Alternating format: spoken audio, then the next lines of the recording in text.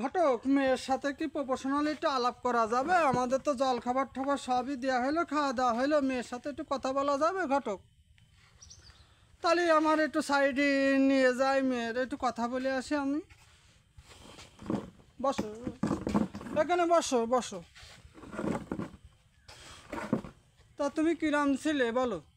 তুমি কোন ক্লাসে পড়ো? Honours third year.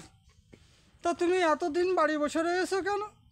মনের মতো যোগ্য অনুযায়ী ছেলে পাওনি? বুঝতে পারছি। তা আমার কি এই 1 নম্বর ছেলে দেখে তোমার পছন্দ হয়? মানে পৃথিবী একদিকে, তুমি আর আমি একদিকে, এই তো? তা যা হোক, তোমারে আমার পছন্দ হয়ে গেছে, বুঝছো? তা যা হোক, দিনা পাওনা তো হ্যাঁ চা যায় না।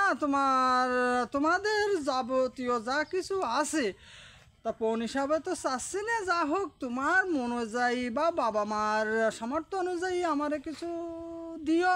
তা যা হোক, আমার বলে তোমাদেরকে পছন্দ হয়েছে, বুঝছো?